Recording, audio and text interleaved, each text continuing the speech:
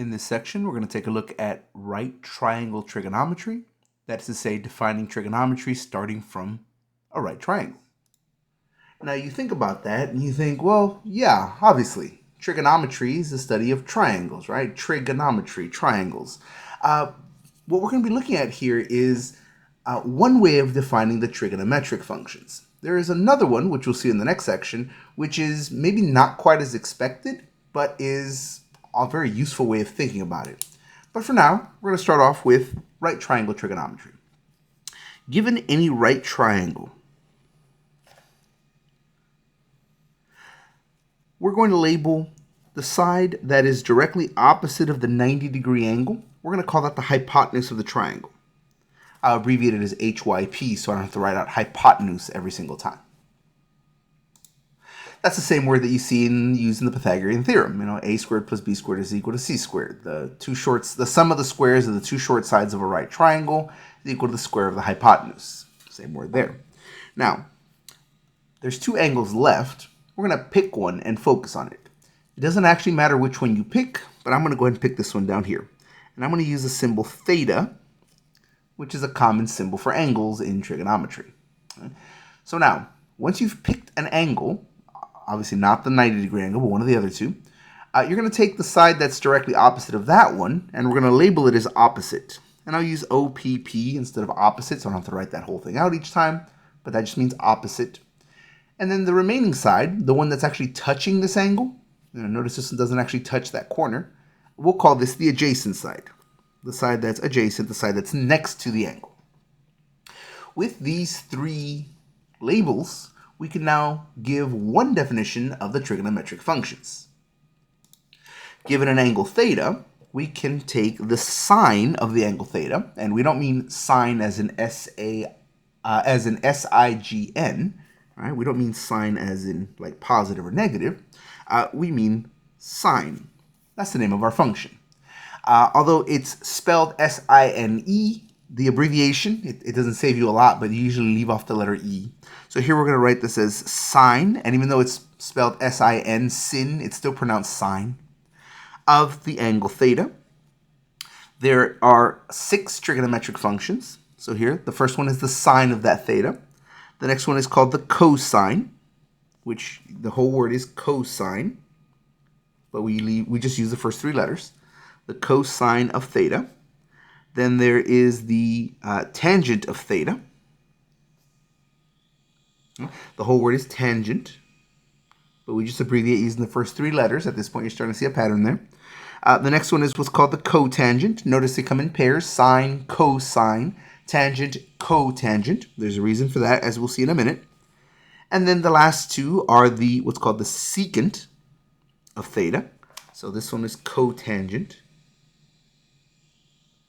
The next one is secant. And if you pay attention to the pattern, you know what the last one's going to be. And well, it's got to be the cosecant. So here that's cosecant. And it's abbreviated using the first 3 letters. Well, actually that doesn't work, does it? So this one is the only exception to that rule. All the other ones are abbreviated using the first 3 letters. Sine, S-I-N, C-O-S, cosine, T-A-N, tangent, C-O-T, cotangent, C-E-C, secant. But if we try to use the first 3 letters for cosecant, C-O-S, that's already being used. So that last one is the only exception to our little pattern here, and that's just out of necessity. We don't want the same name for 2 things. So instead of using the first 3 letters, we use the first, the third, and the 5th letter, C-S-C. So that's the sine, the cosine, the tangent, the cotangent, the secant, and the cosecant. Not sine as in positive or negative, but sine as in the sine function. So using this triangle, we can define these functions of the angle theta. Here, the sine of the angle theta is going to be the quotient of the side opposite of theta divided by the length of this hypotenuse.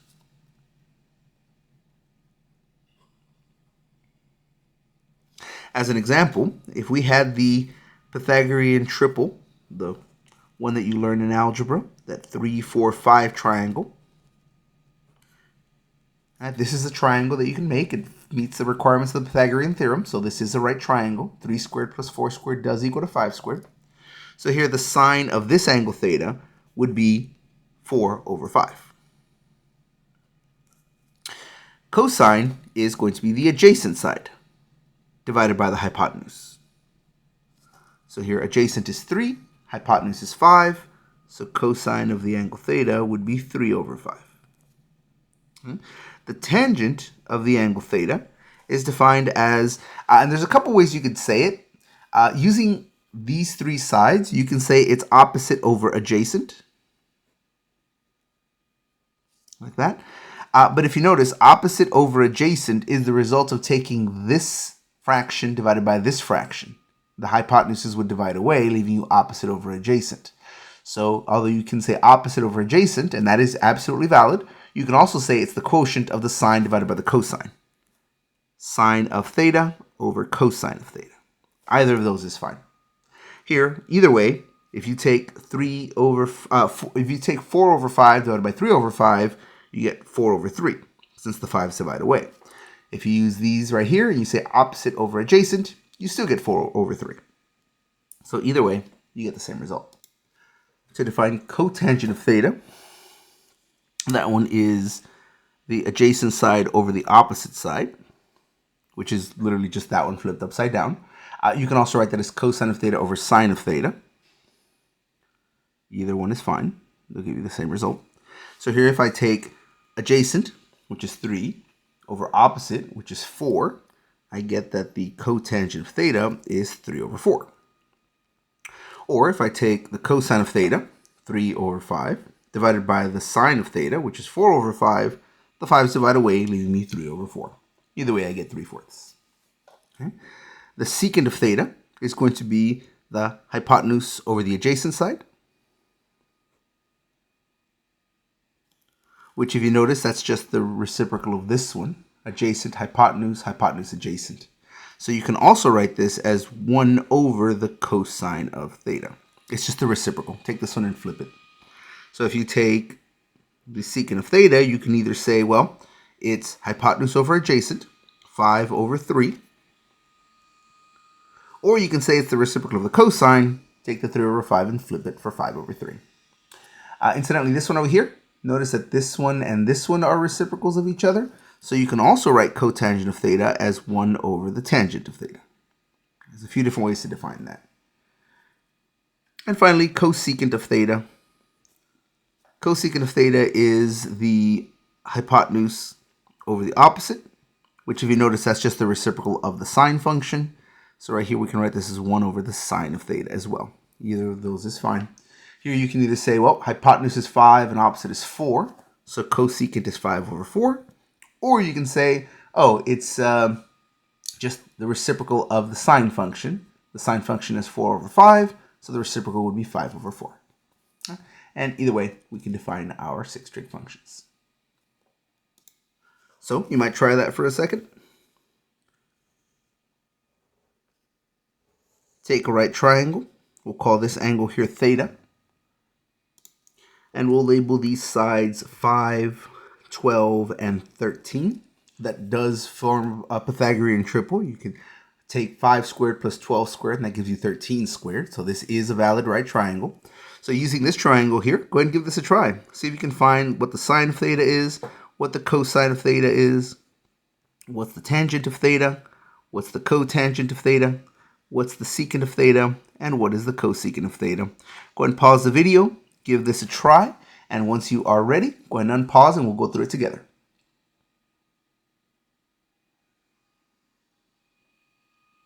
All right, so here we go. Assuming you've already done this, let's check our answers. The sine of theta, well, that's going to be right here. Sine of theta is the opposite of our hypotenuse. Right here, this is our side opposite of our angle. This is our hypotenuse. And that means that this is our adjacent side. So sine is opposite over hypotenuse, 5 over 13. Cosine is the adjacent divided by the hypotenuse, so 12 over 13. Tangent is opposite over adjacent, in this case 5 over 12. Or if you prefer, it's sine over cosine of theta, in which case the 13's divide away, leaving you 5 over 12. Either way, same thing. Cotangent of theta, you can either think of it as being the adjacent side divided by the opposite side, so 12 over 5, or you can think of it as the reciprocal of the tangent function. So here, the reciprocal of 5 over 12 is 12 over 5. Either way. Secant, you can either think that's hypotenuse over adjacent, so 13 over 12. Or you can think of secant as the reciprocal of the cosine, in which case, yeah, reciprocate that gives you this one. All right, and finally, our cosecant. Oh, let's see, cosecant, that would be either hypotenuse over opposite, so 13 over 5. Or you can think of it as the reciprocal of the sine function, which again, 5 over 13 reciprocates to 13 over 5. Before we go on to anything else, one thing to notice here is that several of these functions are reciprocals of other ones. Here, the cotangent is a reciprocal of the tangent. The secant of theta is a reciprocal of the cosine of theta. And the cosecant of theta is a reciprocal of the sine of theta. Because of that, these are often called the reciprocal identities. Oops, I don't know how to spell. Let's try that again. Reciprocal identities. And the reciprocal identities are not anything new. They're exactly what you see here, but just explicitly stated. Hey, by the way, notice, and therefore make sure you don't forget it.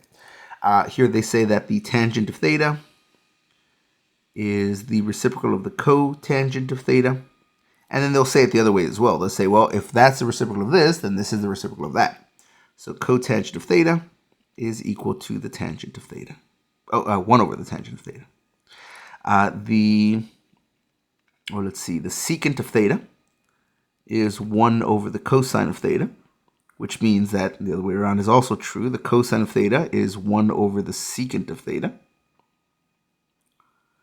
And finally, the cosecant of theta is 1 over the sine of theta, which means that the sine of theta is equal to 1 over the cosecant of theta. Not at all different. It's exactly what we observe here in this definition of our trig functions. It's just highlighted to make sure that it's noticed. All right, so now we look at this and say, okay, well, that's all well and good, I suppose, but how do I find these sides? Well, one way to do that is with the Pythagorean theorem. If you know any two, you can find the third. Oh, okay, fair enough. But what about the angles? After all, the sides are not the only thing of interest here. We also are concerned with this angle. Here we say the sine of this theta is 5 over 13. Here the sine of this angle is 4 over 5. But we still don't know what those angles are, even if we know things about those angles. So the next thing we want to look at is some common angles and what their sines and cosines and tangents are. That way, we can go both ways. We can either say we know the angle, therefore we know the sine, the cosine, the tangent, or conversely, hey, we know the sine, the cosine, the tangent, we know what the angle is. We're going to start off with a few basic and common angles. In later parts of the semester here, in later parts of the course, we will look through some less obvious ones, and those require a little more work. But the basic ones we can do here and now. Okay, so in order to show these next results, we want to remember something from basic geometry, something you may have seen in grade school. So I'll say recall something from a previous course. In geometry, you learn that similar triangles, that is to say triangles that have the same angles but different side lengths, they scale their corresponding side lengths. Excuse me, I got a little tongue-tied there. So if you have similar triangles, and again, similar triangles means they have the same angles, although not necessarily the same side lengths. So here's an angle. We'll call this the angle theta, and we'll call this the angle alpha. And then we have a different size triangle, totally different size. Bigger or smaller, doesn't matter. But they still have the same angle. So this angle is the same as this one. This theta is the same as this one, and this one's the same as this one. So these are similar triangles. If these side lengths, if you call this A, B, and C, If you were to scale this hypotenuse up over here, so say I was going to double it, or triple it, or quadruple it, if I was going to multiply that c by a number, I'll call that number n, then all of these other ones would scale the same amount. So if I double this, well, then I have to double this one, and I have to double this one. Or if I triple this one, well, then these would get tripled. Whatever I do to one, the other two do the exact same thing. And I don't have to start with the hypotenuse. If I want to say, oh, I'm going to start with this triangle and quadruple this one. Okay, well, then I know I have to quadruple these two as well. All right, that's a property of similar triangles. If they have the same angles, then the side lengths scale by the same amount. So right here, what I'm going to do is I'm going to show things about triangles. But there's a lot of different combinations of triangles, right? For example, even the simple 3, 4, 5 triangle, if I used 6, 8, and 10, that's also a Pythagorean triple. You can even check that, right? 3 squared is 36. Oh, sorry, 3 squared. 6 squared is 36. 8 squared is 64. 36 plus 64 would be 100, and that would be 10 squared. So 6, 8, and 10 would also be a valid Pythagorean triple. In fact, I could multiply this by any number I wanted. I could double everything, I could triple everything, and it would be fine. I could divide this by 5, I could divide this by 10, I could divide this by 40, and it would still be fine. Which means that in order to find these results, I have a lot of different ways I can do it for any one triangle. So what we're going to do here is I'm going to take a triangle and I'm going to scale it down so that the hypotenuse is going to be length 1. You say, why 1? Oh, because I'm trying to do some arithmetic, and 1 is a really easy number to do arithmetic with. I could use a different number, but this will work well enough. Okay? So we're going to take a triangle that looks like this. This is a 90, 45, 45 degree triangle. Remember, all three corners of a triangle have to add up to 180. So if this is 90, then 45 plus 45 would be your other 90 for a total of 180. Okay? Now, as I mentioned a moment ago, there are a lot of triangles that have this property. All right? Some of them might have the hypotenuse of 5. Some might have the hypotenuse of 15. Some might have the hypotenuse of 152. Okay, but since they're all similar, which means they'll all have the same ratios, then I'm going to keep my life simple and make the hypotenuse equal to 1. All right, since any hypotenuse will work, because we know we can scale it however we like, we can scale and the triangle is still similar, we'll keep it simple and we'll scale it so that the hypotenuse is 1. Okay, well, then we got to figure out what these are right here. Because if we know the opposites and the adjacents and the hypotenuse, then we can figure out sine, cosine, tangent, and so forth. Okay, well here, if these angles are equal to each other, then these side lengths must be equal to each other. So this would be some x value, and this would be some other x value, or rather, it would be the same x value. So because these angles are the same, then these side lengths must be the same. But now, thanks to the Pythagorean theorem, we now know what those side lengths are. Because after all, a squared plus b squared equals c squared. That must be true for this triangle, which means I could plug in those numbers. X squared plus x squared equals 1 squared. That is to say, 2x squared equals 1. Divide the 2 to the other side and take the square root. Now, normally when we take a square root, there's 2 square roots you can take, plus or minus. But since this is the length of a triangle, you can't have a negative length. So it's got to be the positive root. So here we get that x is equal to, we would normally say plus or minus, but here we can only say the positive one, the root of 1/2. Although that is correct, that's not the way we're going to leave it. We're going to clean this up a little bit. Whenever you take the root of a fraction, you take the root of the top, separately the root of the bottom. Here the root of 1 is just 1 over root 2. Okay, that's a little better, but we can clean that up a little bit more. We can now rationalize the denominator. I'm going to multiply top and bottom by root 2. And you say, why would you do that? Well, because now root 2 times root 2 is root 4. But we know the root of 4, it's the number 2. 1 times anything is just that anything here, that root 2. All three of these, root of 1/2, 1 over root 2, and root 2 over 2, they'll all mean the same thing. Right? That's what equal means. But this is the one you'll see pretty much in any textbook or in any class. So here, these must equal to root 2 over 2. But But because that's our 45, 45, 90 triangle, now we can actually find the sine, the cosine, the tangent, cosine, tangent, the, let me do the reciprocal identities here. So sine reciprocal is cosecant, reciprocal of cosine is secant, and reciprocal of tangent is cotangent of our angle. But now we don't have some random angle which we have to call theta. Now we have specifically a 45-degree angle. You say, well, you also have a 90-degree angle. Right, but remember, your theta is never the 90. It's always one of the other two. Oh, okay, so 45. So here we say 45.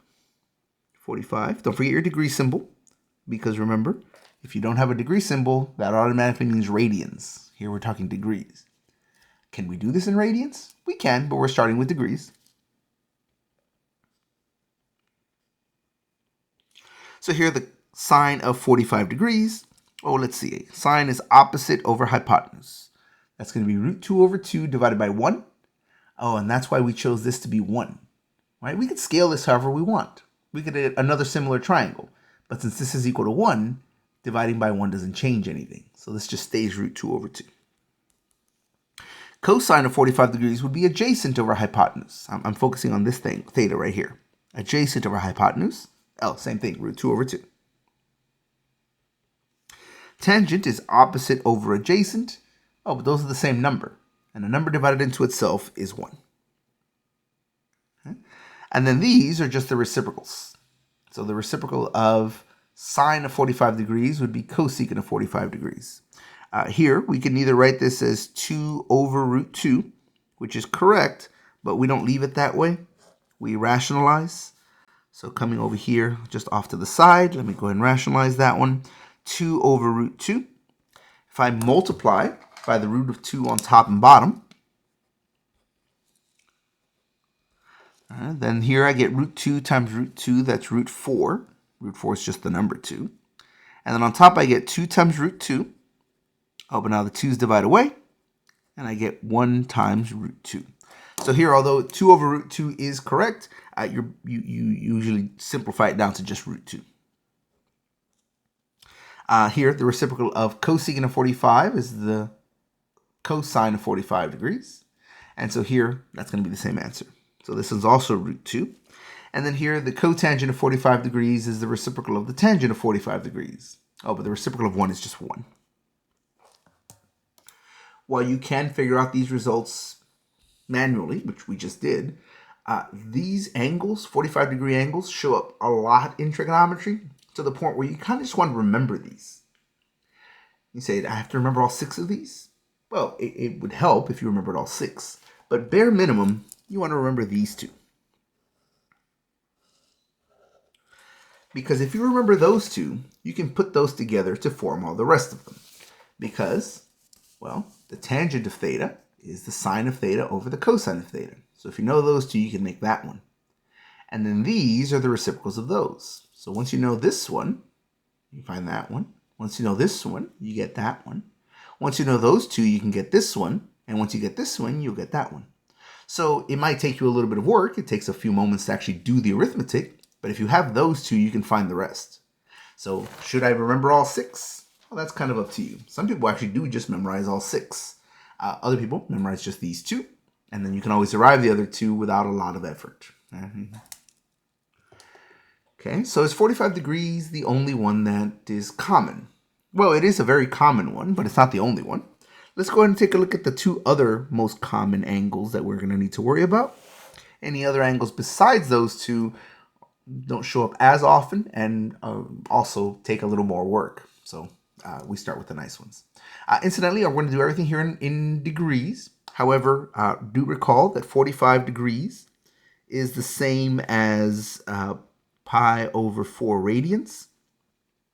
So right here, you could also say the sine of pi over 4 is root 2 over 2. Remember that pi over 4 radians? We write radians here to remind us that we're talking about radians, but radians are a unitless measure. So we wouldn't say sine of pi over 4 radians. We really would just say sine of pi over 4, cosine of pi over 4, tangent of pi over 4, and so forth. Okay.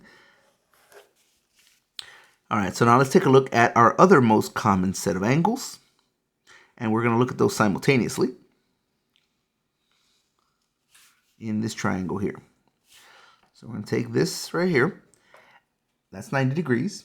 And remember, a triangle, if you add the corner angles, they have to add up to 180. So right here, if this is already 90, you're left with another 90 to split between those two.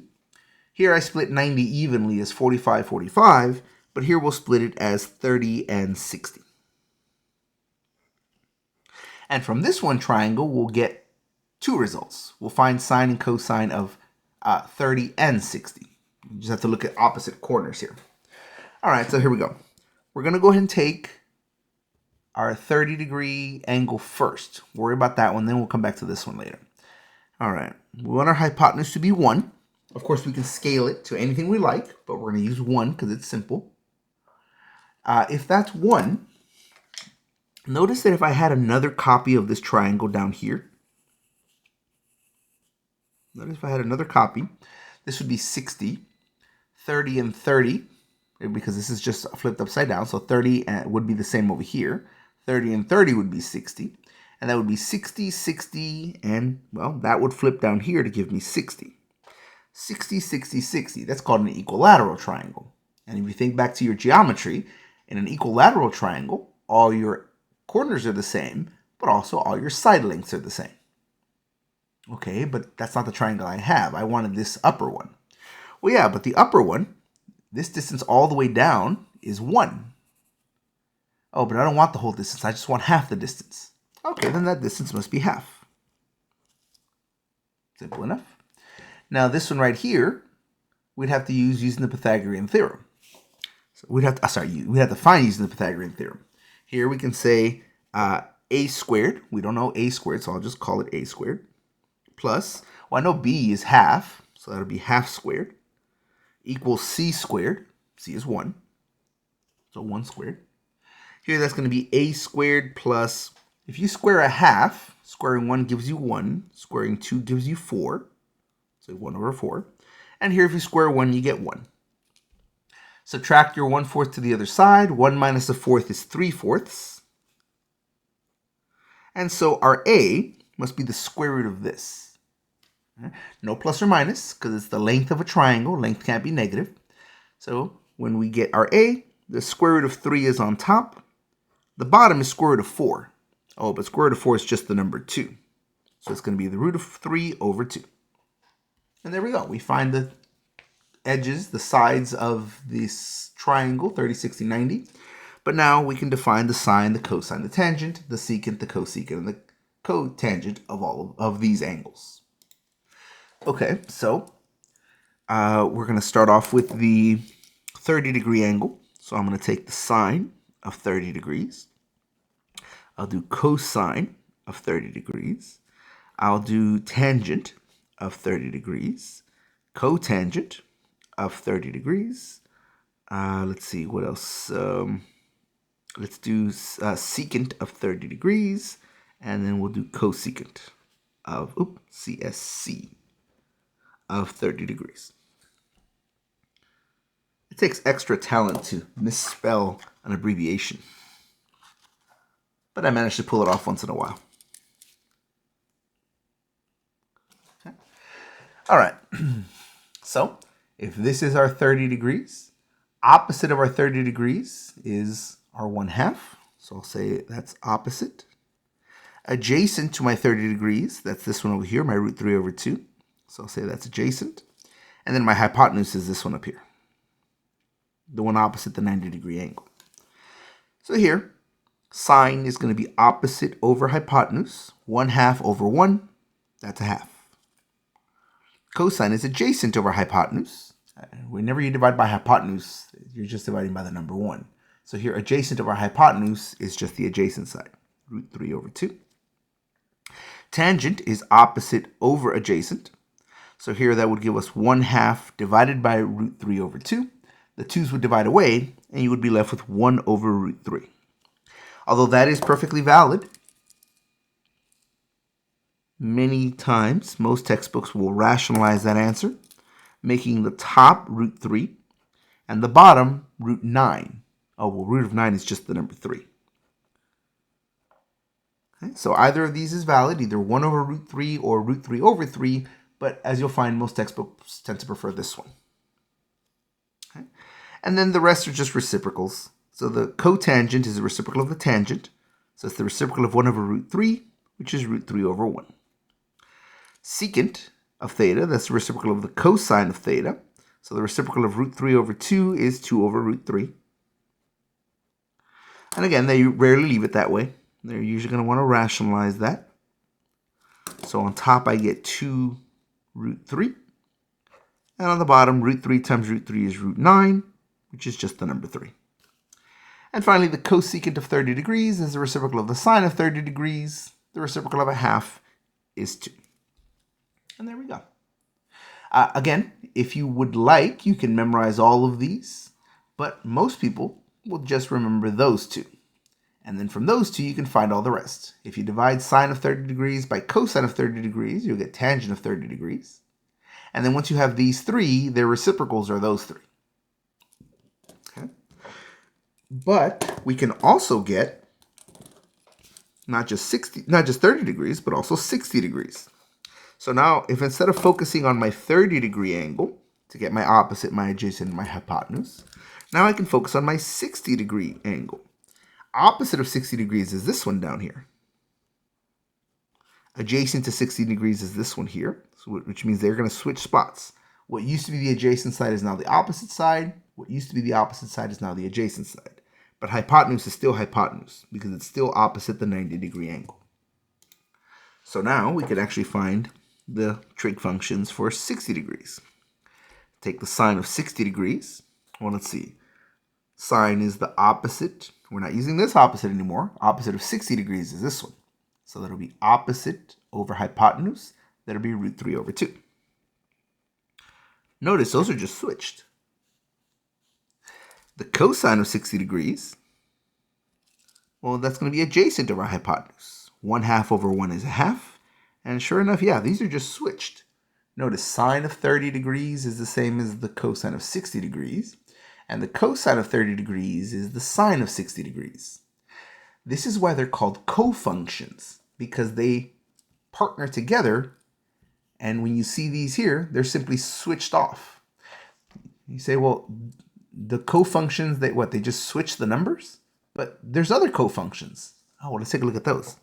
If I take the tangent of 30 degrees, I get root 3 over 3. Let's take a look at the tangent of 60 degrees. Well, the tangent of 60 degrees is what? Opposite over adjacent. Root 3 over 2 divided by 1/2. The 2's cancel out. They divide away. And you're left with just root 3 over 1, which is root 3. And sure enough, hey, look. The tangent of 60 degrees is the cotangent of 30 degrees. And let's see what happens if we go the other way. The cotangent of 60 degrees, well, that's going to be the cotangent of 60 degrees. That's the adjacent over the opposite. Here the 2's divide away, and I'm left with just 1 over root 3, which is the same as saying root 3 over 3. And sure enough, hey, look.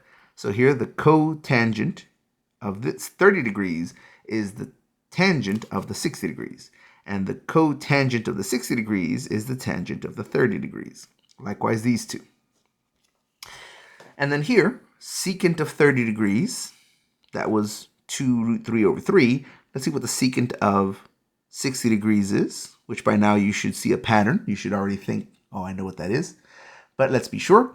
The secant of 60 degrees has got to be the reciprocal of the cosine of 60 degrees, meaning it's the reciprocal of a half, meaning it's 2. And sure enough, the secant of 60 degrees is the cosecant of 30 degrees. On the other hand, the cosecant of 60 degrees is going to be the reciprocal of the sine of 60 degrees, which will be 2 root 3 over 2. And sure enough, the identity sticks for all three pairs. So the reason they're called cofunctions is because when you take these two angles, basically the other two angles besides the 90 degrees, if you take a right triangle and look at those two angles, the sine of one is the cosine of the other. The tangent of one is the cotangent of the other. The secant of one is the cosecant of the other. They're co-functions. They exist together in the same triangle. That leads us to what they call the cofunction identities.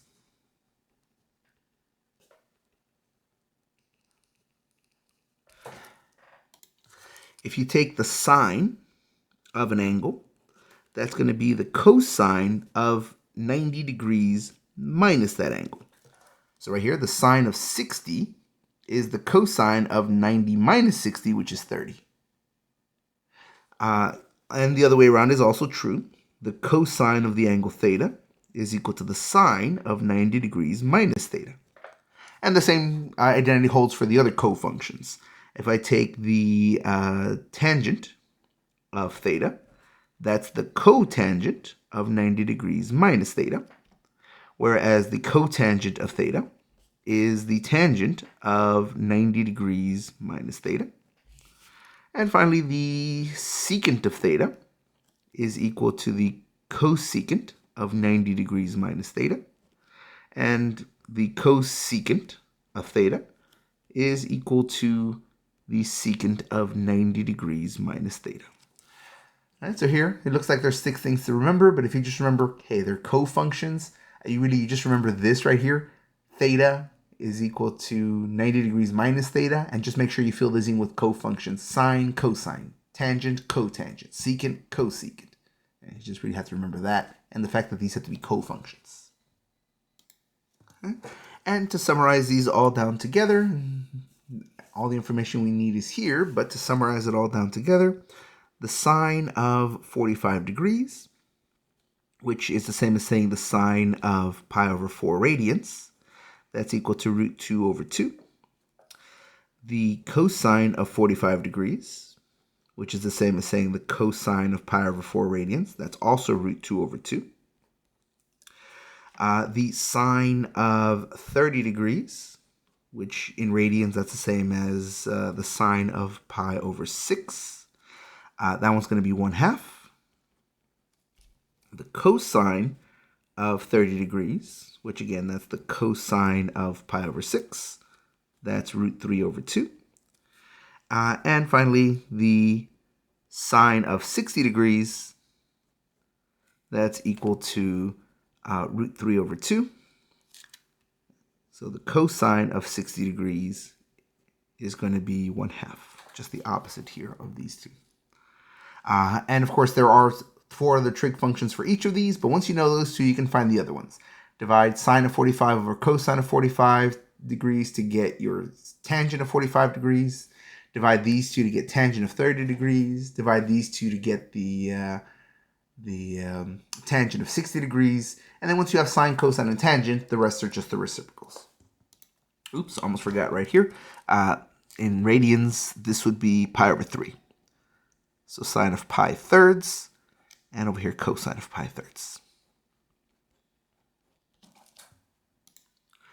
And these results can be used nicely in application.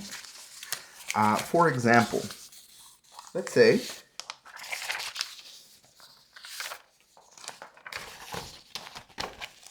you want to measure the height of something. Okay, so here's a pole, a tree, a cliff, whatever, something that you want to measure the height of, which is not easy to do. Now, one thing you could do is you climb up there and drop a rope down and measure the rope. Yeah, but that's a lot of effort, and I'm afraid of heights, so let's not do that. What's easier to do is the following. You can measure on the ground. This is easy enough to do. You grab a tape measure, lay it on the ground. Let's say this measures, I don't know, let's say 50 feet. Okay, and then right here, this angle is 30 degrees. There are tools to measure angles called sextants, and they allow you to quickly measure the angle of elevation of something. In other words, how big is the angle from the ground? There's these little tools called sextants that are used for this kind of measurement. And here you could just use a standard tape measure. And then now it's easy to find the height. Because after all, if this is a 30-degree angle, we're measuring the height of something. Height is always measured at a 90-degree angle to the ground. You don't measure the height by measuring diagonally. You measure straight up and down. So this is a right triangle where I have a 30-degree angle here. And what I would like to find is I would like to find the height. I'll call it h for height. Okay, well then that's going to be the opposite of 30 degrees over the adjacent of 30 degrees. Oh, that's a tangent.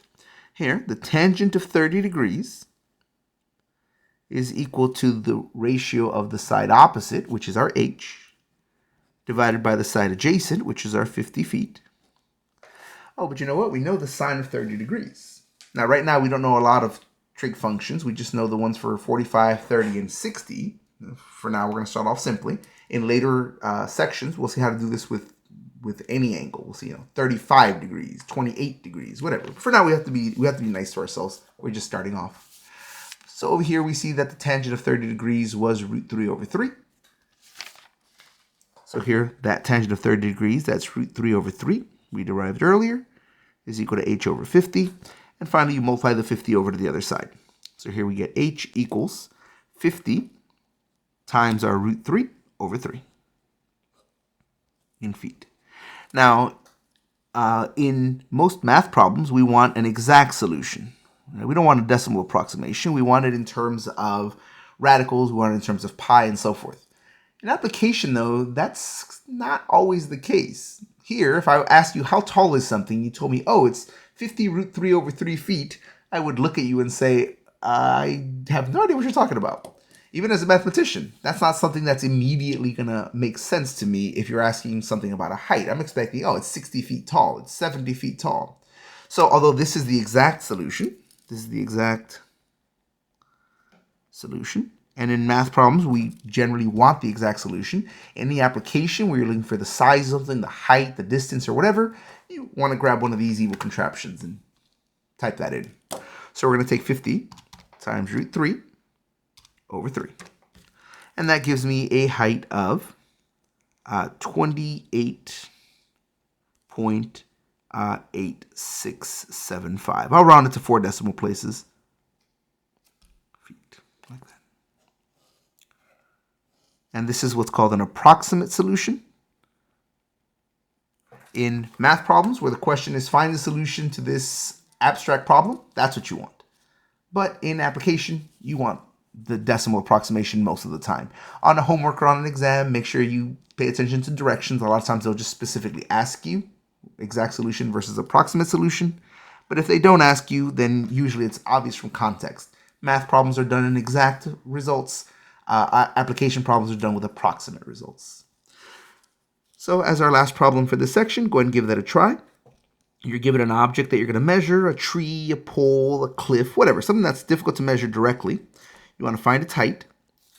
But you can easily find this distance here as being, let's say, 70 feet. And let's say right here, this is a 60-degree angle. Okay. So pause the video, give that a try. And once you've gotten an answer, go ahead and unpause and we'll go through it together.